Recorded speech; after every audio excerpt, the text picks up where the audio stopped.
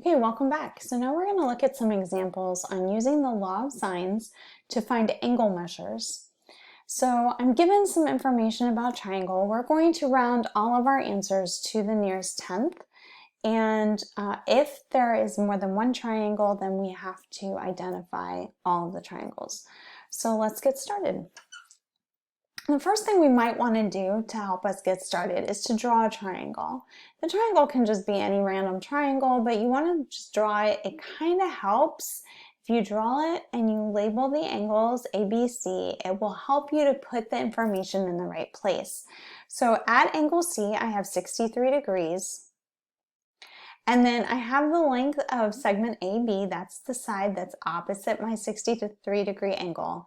And I also have the length of segment AC, that's one of the sides adjacent to that 63 degree angle. So in order to use the law of sines, I'm going to need to know the measure of angle B, which turns out is what I want to find. So what this says then is that the sine of angle B divided by the length of the side opposite angle B, so that's my 29, this is equal to the sine of angle C, which is 63 degrees, divided by the length of the side of the triangle opposite it, which is 28. So now to solve for angle B, I'm going to multiply both sides of the equation by 29. So I get that the sine of angle B is equal to 29 times the sine of 63 degrees divided by 28. Now, before I go any further, what I want to do is I want to verify that this is a triangle that is even able to exist. So when we are given a situation like this where we have two of the side lengths of the triangle and only one of the angle measures, and the angle is not the angle included or between the two side lengths that were given, then it turns out that it might be possible not to draw a triangle at all with the situation that we have. Or we could have exactly one triangle that we could draw with this situation, or we could have two triangles that we could draw with this situation. And so we need to verify, could we even draw a triangle with this situation? So we go to our calculator and we type in the 29 sine 63, and we close the parenthesis before we divide by 28. Now, one more thing we've got to make sure, is your calculator in degree mode? Because if the calculator is not in degree mode, this is not going to help you, right? So we make sure our calculator is in degree mode, and we're going to simplify this. Now, this tells us that this number is 0.928281858, yada, yada, yada, because it's an irrational number. So this decimal is going to go on forever and it's just not going to keep repeating. And that's okay. What I needed to know really is just that this number is between -1 and +1. And it is 0.9228. That is less than 1. So there is at least one triangle that we can draw that represents this given situation. So that's the first place we want to start. So then we want to find, okay, so if we can draw a triangle with this, then what is the measure of angle B? Well, remember, to find the measure of an angle, we have to use the inverse sign. So in other words, we want the inverse sign of this whole expression, 29 times the sine of 63 degrees divided by 28, right? We want the inverse sign of all of that. That is going to be equal to the measure of angle B. Now, some people would ask me, why didn't I just put 0.9 or 0.92 or 0.9228 or 0.92282, right? Or 83, or like, why didn't I just use that truncated or rounded decimal? And that's because I prefer to do all of my rounding at the very end of a problem. Well, here's what's really cool. I do not have to retype this in my calculator. Instead, when I go back to my calculator, I'm going to use the inverse sine. So that's the second and the sine, right? This is my inverse sine. So I start here, and then I'm going to copy the answer from the line above. To do that, I'm going to use the second button and the negative button on my TI-84 calculator. That copies the answer I just had, and so now I can find the inverse sine of that, and I'm not rounding until the very end. So what I can say here then is that the measure of angle B is approximately 67.3 degrees. Now, I need to verify for sure that this can be my angle. So remember that the sum of the interior angles of any triangle has to be 180 degrees. So what I want to know is the angle that I was given before 63 degrees plus 67.3 degrees? Is this less than 180 degrees? Well, we know that 60 plus 60 is 120, and 3 plus 7 is 10, so I've got 130 degrees, 130.3 degrees here. That is less than 180 degrees. So that means that yes, I can have an angle that is 67.3 degrees. So that's good. That is one of the possible values for angle B. How do I find the other possible value, and how do I check to see if it really is a value? Well, to do that, I'm going to take my 67.3 and subtract it from 180. So we're going to call this the measure of angle B prime. We call it B prime because it's the other possible angle B. And so to find that, again, we're subtracting the 67.3 from 180.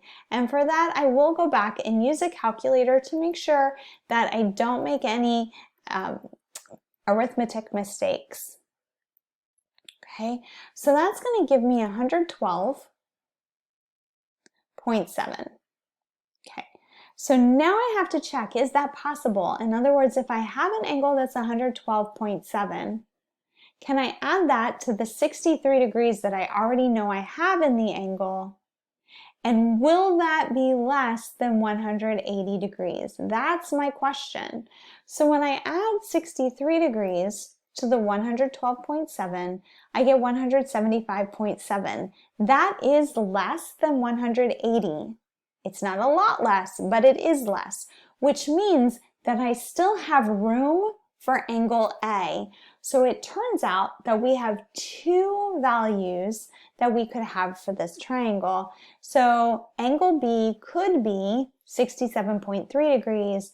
Angle B can also be 127 or 112.7 degrees. Okay, you might want to pause the video, go back and watch that, think it through before you get frustrated, think it through, and then come back and let's do number 8. So in question number 8, I have this new triangle. I have the measure of angle C is 36 degrees and the length of segment AB is 31. So AB is the segment that's opposite angle C. I have the length of segment BC, that's 24, and I'm asked to find the length of angle A. So let's take a look at what this triangle might look like. So I'm going to put in my A, B, C, and remember you can label this triangle in any order that you want, right? Angle C is 36 degrees, segment AB is 31, segment BC is 24, and I want to find the measure of angle A. Well, here's something. My angle A is directly across from that 24 degrees, and my angle B, or my angle C, is directly across from my 31. So this I can set up directly. So I want the sine of angle A over 24 is equal to the sine of 36 degrees over 31. So this means that the sine of angle A is equal to 24 times the sine of 36 degrees divided by 31. So again, I'm going to check to see, is this possible? So I have 24 sine of 36, close my parentheses, divided by 31. This number is between -1 and +1, so I can make at least one triangle with these values.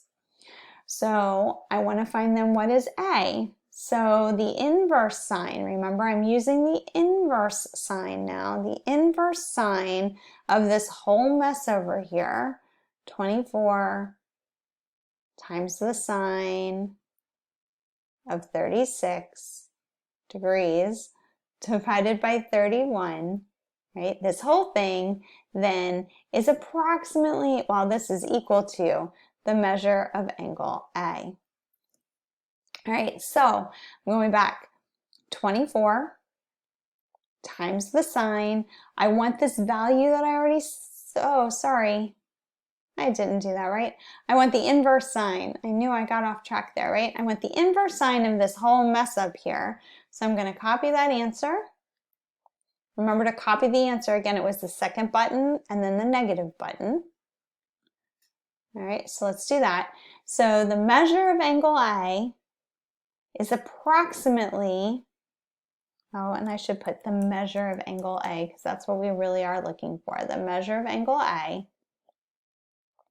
is approximately 27.1, whatever our units are. Or sorry, this is degrees. We know our units, right? Okay, approximately 27.1 degrees. Now let's double check. If I add 36 plus 27.1,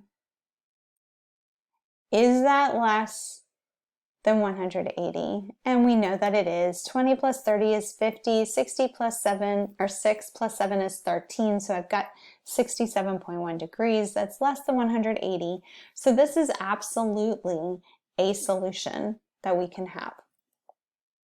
Now we check, what about another solution? Is it possible that we could make a second triangle? So what is the measure of angle A prime? Well, remember to find that. We're going to do 180 minus 27.1. So go back to my calculator. And I get 152.9. So then the question becomes, if I add 36, the angle I already know I have, plus 152.9, is that less than 180? Well, we know it's not because 30 plus 50 is 80. And so this is not going to be less than 180. So this is not an additional solution. So in other words, for this particular triangle, there's only one way that we can draw this triangle with the given information that we have, and that would be with measure of angle A being 27.1 degrees approximately. Okay, I'm going to stop the video here with these two problems. I will come back and do a third video, and I will do several more problems in that. But I wanted to give you just a chance to let this sink in before we go on.